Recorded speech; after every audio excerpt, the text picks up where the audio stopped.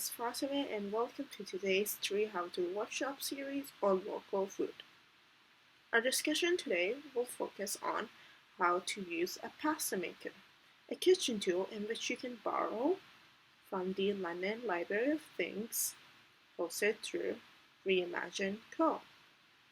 Now we'll hear from Pamela Reid, who offers us a wealth of information given her extensive experiences in growing and processing of local food. Welcome, Pam. Hi, welcome to my kitchen. Today we're going to go over and review and have some fun making pasta together.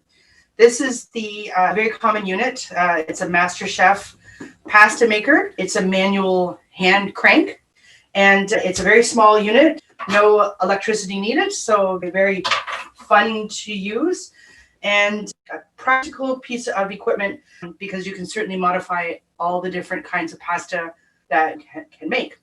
So this one is stainless steel, and it does come with a little instruction manual inside how to care for the unit, never wash it, and some basics on where to insert the winding tools and how to firmly attach it to a countertop or a kitchen island for security.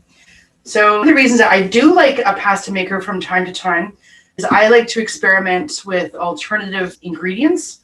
So traditionally in the grocery store, it will be just a wheat pasta. Increasingly, I see more chickpea pasta and bean pastas.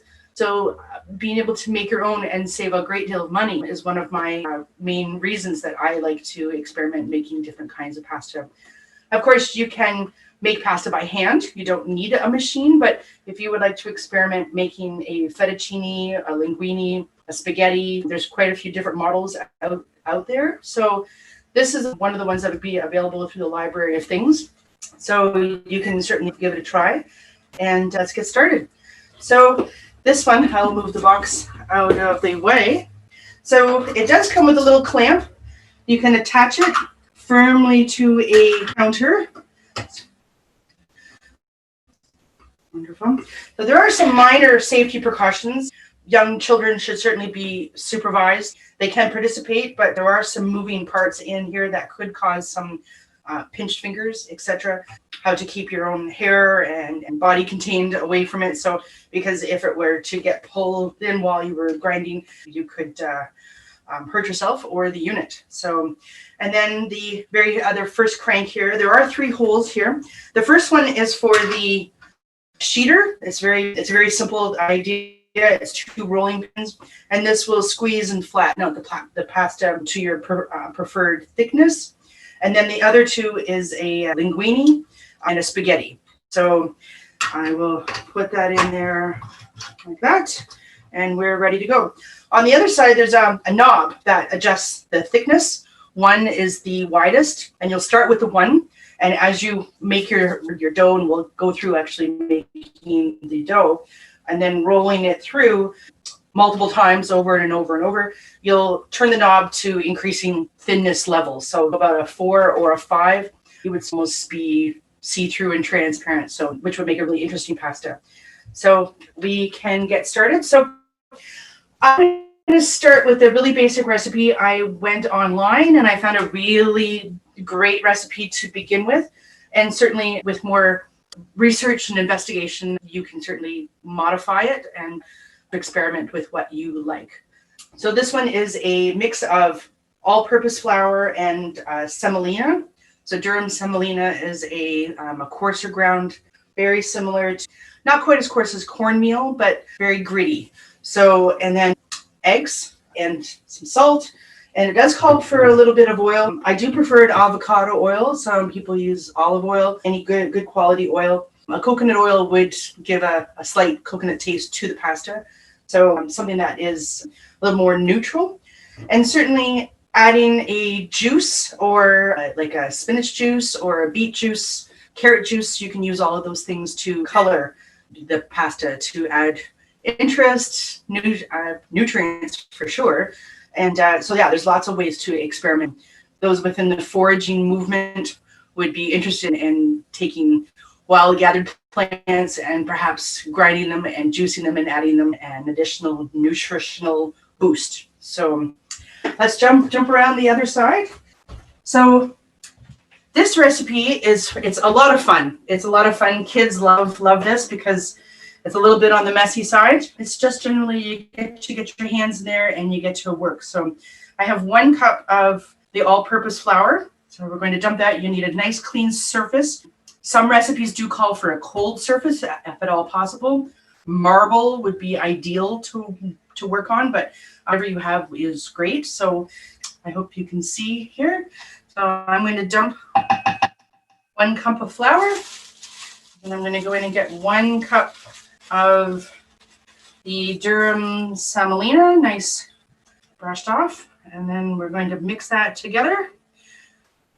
Very nice. And then we're going to keep that because we're going to need a little bit more of the durum semolina for further dusting. Now, I am partial to pink salt, but any salt will work. So again, just a pinch. You're going to add a little bit of flavor. And then we can put that away. And then we're going to mix that together right on the counter. You can certainly do this in a mixing bowl and then transfer it back out onto the table. So nicely mixed. And then what we're going to do is we're going to gather it together. We're going to make a little volcano. This is why it's fun. Kids will enjoy this. And then the back of your hand or your knuckles, you're going to make a little well. And this is to contain the eggs and the oil. So the last thing we'd want is the eggs to be spilling out and running away. So I'm going to take a little drizzle of the oil. And again, this is about a tablespoon. You eyeball it. So to add a little bit of grit.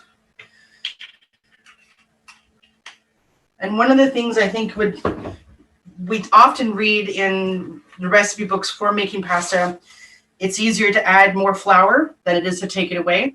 So there's lots of troubleshooting if the pasta is too dry, to add a little bit of water. If it's too wet, to add a little bit more flour. But it's better to err on the side of less flour, and then you can add some more. So, and then we're going to go with 4 eggs. And we're going to crack those. We're going to make our little hole a little bit bigger, I think. Oh my God.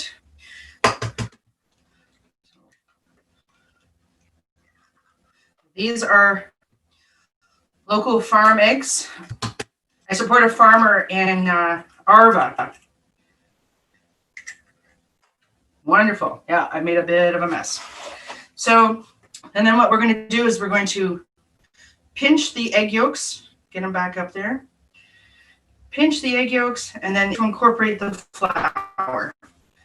So we're going to make a nice dough, start to mix it all in. This is a messy, tactile job. I think if you had a mixer, like a KitchenAid or some kind of tabletop, you could mix it in there, but doing it by hand is part of the fun.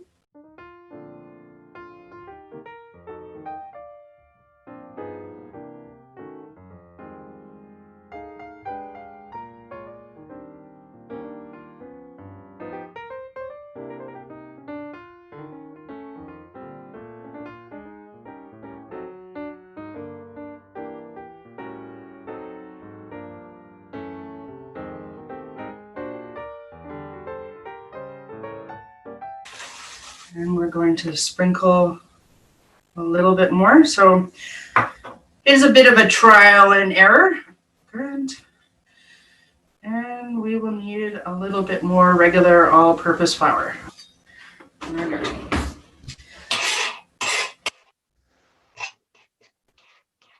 There are pieces of equipment to purchase that would make this easy, but you can make do and improvise. Oh, a little bit more dough. We're going to tap that one back. And I have a bag of flour here at the front. So just a regular all-purpose flour. This was the flour from Oak Manor.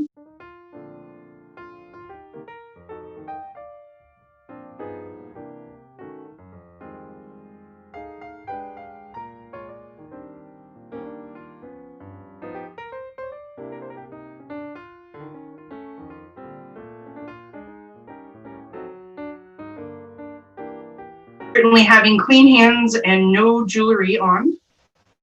So I have made chickpea pasta before, and it is delicious.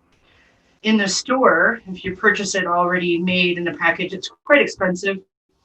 It's about $5, $6, $7 a package. And chickpea flour is very nutritious, as with any kind of bean flour.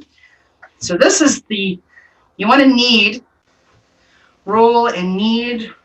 This kind of activates the gluten inside the bread, starts to stretch out those strands so that we end up with a nice, flexible and strong. So we need a little more flour on the board. Good. So there's quite a few books and experiment with their own recipes. Certainly by doing this, I have no waste. There's no packaging. Wonderful. And I think one of the things that I see when I do look on most of the websites and YouTube and looking at websites is that they are using plastic wrap. And I have moved away from using any form of plastic wrap in my home. So over the years, I've replaced it with other tools and methods. So I have, because what we'll have to do is after we've kneaded it quite a bit, is we're going to wrap it up, and all good doughs should rest. I will put it in the fridge to cool it down, and it needs to be in the fridge for about half an hour. You can make the dough ahead of time and it can stay in the fridge overnight. But if we attempted to roll this right now, we wouldn't get the results that we really want. So instead of plastic wrap, I have a beeswax covered wrap. So these have become quite popular and are available at the Reimagine store, as well as they're quite easy to make your own if you're looking to replace the use of disposable plastic in your home. So I easily fold this up like so, and I will put this in the fridge for about half an hour. So I will see you in 30 minutes. While we're waiting for the dough, a lot of people use this for different kinds of dough, but this is a really great tool for rolling out different kinds of unique pasta. I do encourage everyone to go online and check out other resources for different methods for making different pastas. But if you're interested in doing things like ravioli by hand, or making a tortellini, or even just doing like a regular pinch, there's a lot of things you can do with a pizza cutter, or there's some really cool, even a cookie cutter tool can make a really neat shape. You can stuff it with something and pinch it. So there's a lot of fun. It's kind of, I always think of it as Play-Doh for eating. So, but it's a really great tool for, especially if you have any arms or shoulders, to be able to work it with a rolling pin. So when it comes to cleaning, I did clean the surface here, cleaned up all the excess flour and the little bits of egg bits that did get away. But when it comes to cleaning the pasta maker, you never want to get it wet. So it should only be dried off with a cloth, a towel. You can, suppose I blow a little bit of it off, but you never want to put it in water, spray it with water, or get it wet. So, and then it should be, make sure that it's completely dried away, because it is a metal device and it will rust. So to be able to look after a pasta maker as long as possible and keep it in good condition. And if you are interested, you can borrow, but the secondary appliance market is significant. You can find these secondhand. I've seen them come up quite a few times in thrift stores and online, like Marketplace and Kijiji. People are passing on a tool that they may have enjoyed at one point and then no longer feel like they need. So, but it's a great tool. The other thing I have here on the table is a baking sheet. You can use a cutting board or any other surface. So once we are actually starting to make the pasta, being able to arrange it in a way to keep it dry, because we want to be able to dry the pasta before cooking it. Some people do have a pasta dryer. So imagine a little clothes dryer, but for hanging noodles on. I've seen people improvise and hang up in their kitchen cupboards a little string that they can hang spaghetti noodles over and to let them dry. So you can just arrange them in little nests and piles on a cookie sheet. So that is one really basic piece of equipment. So, but this is a really fun activity because, like I said, there's so many possibilities. I was just going through my spice cupboard and I have a taco seasoning. I have an Italian herb blend. I can mix all of those things into the pasta dough to really elevate the flavor and interest in the pasta. So, very good. Wonderful. All right, we have chilled dough ready.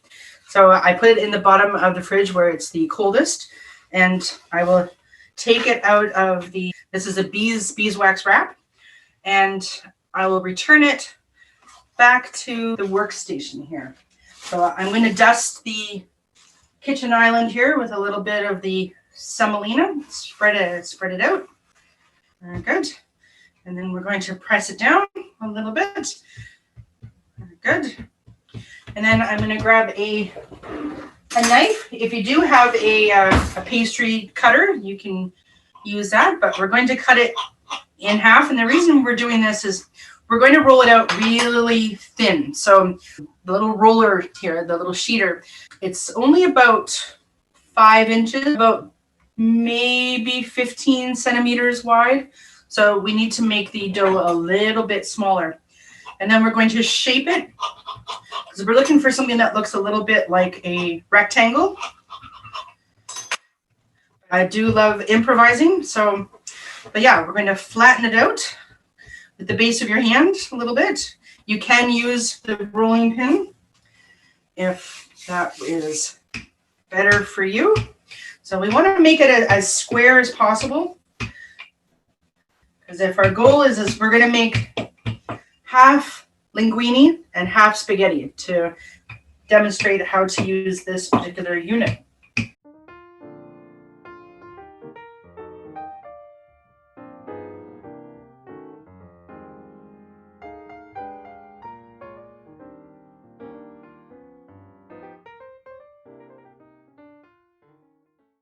And if it does look a little bit more oblong, oval, once it's gone through a couple times, we can fold the ends in so that we get a nice rectangle shape. So I'm going to come around the end here. And the knob is set at 1, which is the widest. And then I'm going to slowly position it right over. And we're going to squeeze it through. It's going to come out bottom. So you can see how it's almost doubled in length. We're going to go again.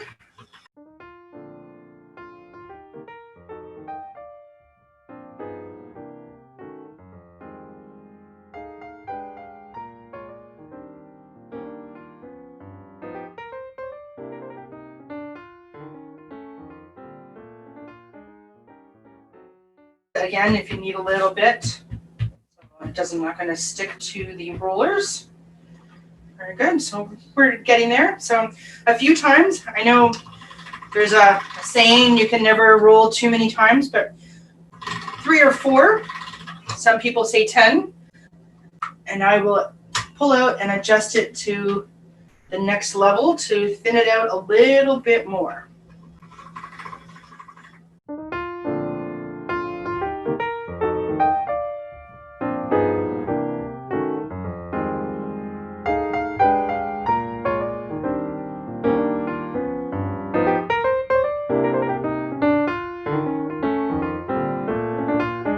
And then a little bit thinner.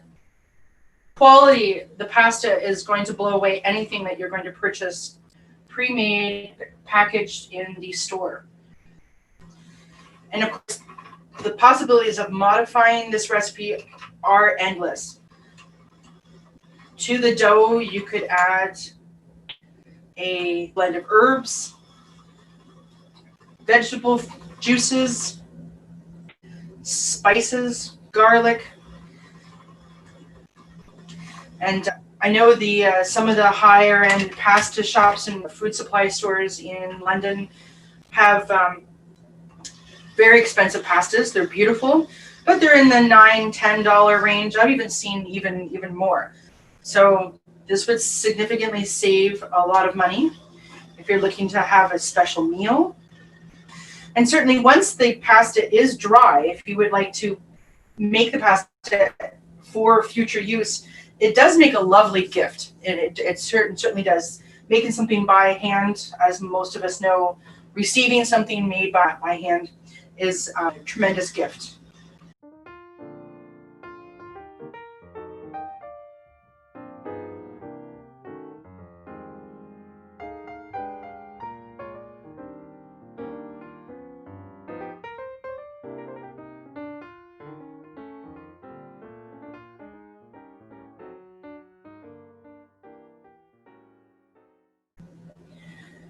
I think that's one of the fun things about this is the trial and error. So it is coming out the other side. It is a little sticky, which means I should add a little bit more flour to make it a little bit drier, but not entirely necessary. So you can see the individual pieces coming apart. Ideally, they would be cut easier. So we will try another piece with the spaghetti maker. So certainly separating all of these, dusting them with a little bit more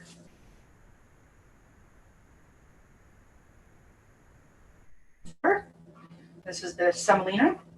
So it's starting to look a little bit more like a commercial product that you would find in a bag. So, and then I would take this, dust the tray here, and I would leave them in a nice little pile to air dry. So there's so many different grains to make your own pasta. And as we know, gluten-free pasta is very expensive. And you can certainly make quite a few batches at once. So borrowing this tool from the Library of Things would certainly save anyone a great deal of money if you wanted to do a large batch and drying the pasta.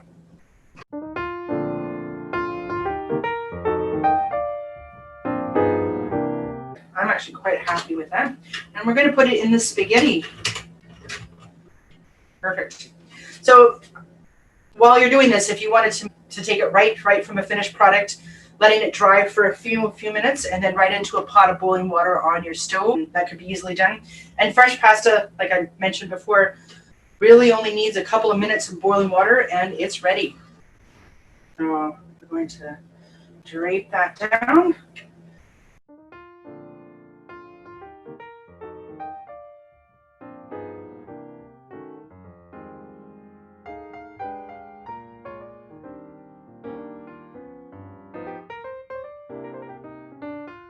Dusting it with a little bit semolina. You can find Durham semolina in a number of stores, bulk food stores. You can certainly bring your own container. You don't need to use a plastic at all. And give it a little bit of a toss. And then you can kind of gather it up and you can put it right on the tray. So just leaving it to rest to completely air dry. So if you were to drop this in the boiling water right now, you would only need about 60 seconds, 90 seconds to cook it. Fresh pasta is incredibly quick. And then fully dried out pasta, if you wanted to hang it over something to completely let it air dry, it'll turn into the hard product that you would find in the store. And of course, as I mentioned before, there's a large and growing foraging movement in London. People are interested in incorporating more wild foods into their diet. So to make a pesto, this year I made a pesto out of the basil that I grew in my gardens. And I also made a pesto with garlic mustard. Garlic mustard is it's an invasive species that grows around. Eating it is actually a great thing to do. And in the spring, you can harvest and process it very similar to basil. And you can blend it up, and then you can toss your pasta, a little bit of cooked garlic, some sauteed mushrooms. Very nice. And I had mentioned before, adding things to the ingredients. I forage morels. It's a very unique mushroom. I do encourage people not to do mushroom hunting unless they absolutely know what they're picking. So if you identify morels and you know 100% sure, I like to dry them out. And then once they're a fully dried mushroom, I will crush it into a powder. And you could easily add a mushroom powder to a pasta recipe. And that would kick your pasta up a notch. That would be incredible. These are a very familiar type of jar that you find in thrift stores. So you can stack your pastas in glass. And then anything else like you'd like to experiment with, you can get really creative. My son loves bow tie pasta. Very common tool. I like to cut cucumbers and carrots with a little crinkle potato cutter, and you can certainly cut this into really fun little shapes. Make little triangles, and then you can roll up the pasta into any shape you like, and then dry it and then drop it in the pan. Well, thank you for joining me today as we explored using the pasta maker. This is a really great tool that's going to be available at the Reimagine Co Library of Things, and I encourage everyone to check it out. I was just mentioning that having a pasta making party would be a fun thing to do. It could even be a birthday theme. I think if my son wanted to do this with a group of friends, this would be a fun thing. So this is what it would look like as a finished product on one tray. There's certainly much more here to make. So I'll bring it over so you can have a little bit of a closer look so that you can see that it is a nice golden yellow. The egg yolk has brought a beautiful color. So these will continue to dry, but a lot of really fun little play shapes. The wider the pasta will certainly hold more of your sauce and your ingredients. So I do love a nice chunky primavera type sauce, or a Parmesan Alfredo type sauce. So there's the possibilities are endless, and certainly for even a basic noodle soup, dropping a quickly steamed cooked noodle pile into a bowl of soup would be delicious. So thank you for joining us, and we'll see you again next time.